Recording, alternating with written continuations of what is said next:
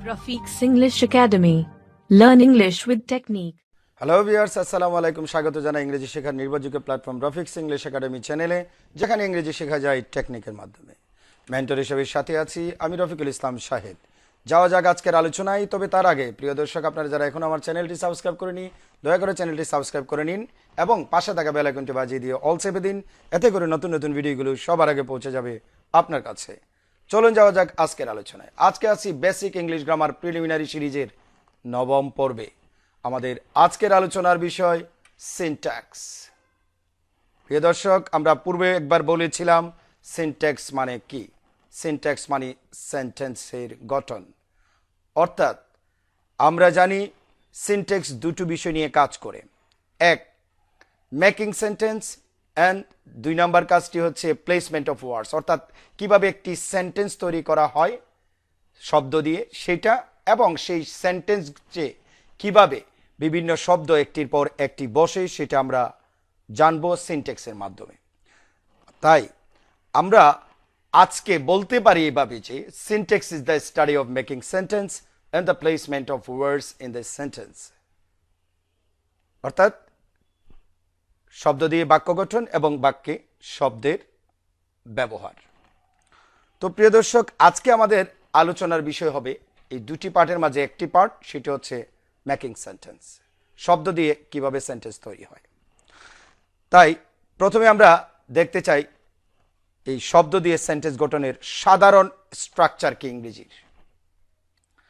শুরুতে বসবে সাবজেক্ট, তারপরে ভার্ব, তারপর অবজেক্ট বা কমপ্লিমেন্ট, তারপরে মডিফায়ার। পরিষ্কার করে জেনে রাখা উচিত একটি সেন্টেন্সের চারটি অর্গান থাকে। একটি হচ্ছে সাবজেক্ট, তারপরে হচ্ছে ভার্ব, এরপরে হচ্ছে অবজেক্ট বা কমপ্লিমেন্ট, এরপরে হচ্ছে মডিফায়ার। এটাই জেনারেল স্ট্রাকচার। তবে এটাও জেনে রাখা দরকার প্রিয় দর্শক, এর মাঝে ইসেনশিয়াল পার্ট হচ্ছে দুটো, সাবজেক্ট প্লাস ভার্ব।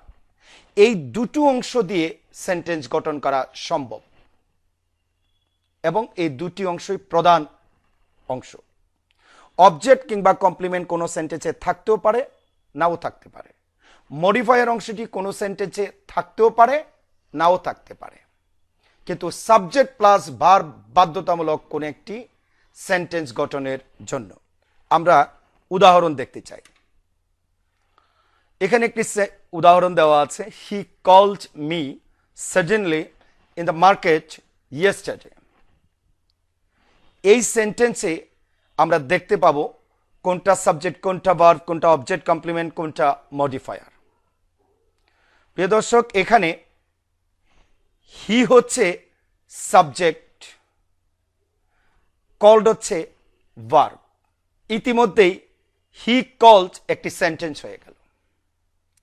এবারে অবজেক্ট ব্যবহার করা হয়েছে, আপনারা দেখতে পাচ্ছেন এটা ব্র্যাকেটে দেওয়া আছে, কারণ হচ্ছে ইসেনশিয়াল পার্ট নয়, থাকতেও পারে নাও থাকতে পারে।